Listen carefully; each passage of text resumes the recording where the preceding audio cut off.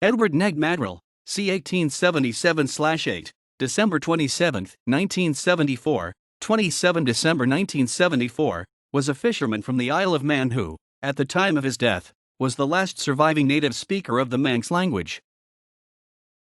Following the death of Sage Kinvig, circa 1870 to 1962, Maddrell was the only remaining person who could claim to have spoken Manx Gaelic from childhood, although at the time some other people spoke it as a second language, having learned it later in life.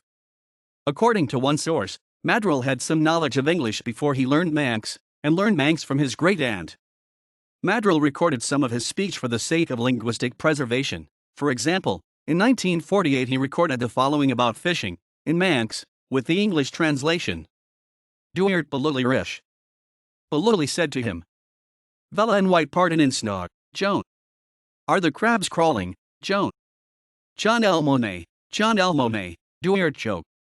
Tiad Fairgoen. Not much, said Joe. They're very scarce. A newspaper article about the decline of Manx from about 1960, Maddrell's age was given as 82, mentions and quotes him, since at the time he was, along with Kinvig, one of only two native speakers. Ned Maddrell, who went to sea at 13, found he was able to keep his Manx alive by talking to Gaelic-speaking sailors on British ships.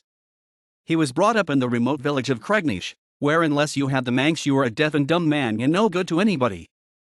This was not the case in the towns. Nobody there wanted to talk Manx, even those who had it well. They were ashamed, like, "It will never earn a penny for you," they said.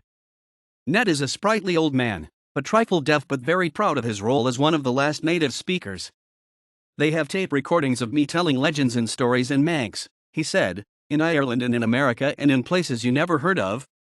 Maddrell appears to have enjoyed his minor celebrity status, and was very willing to teach younger language revivalists such as Leslie Quirk and Brian Stoll. When Irish Taoiseach Jamin de Valera visited the island he called upon Ned personally.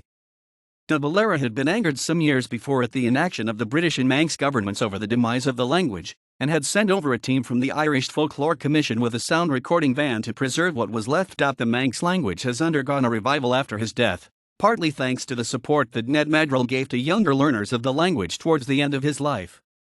Today he is remembered by an annual lecture on Celtic language survival hosted by Culture Vannon and Wyan Cheshet Gaelcag.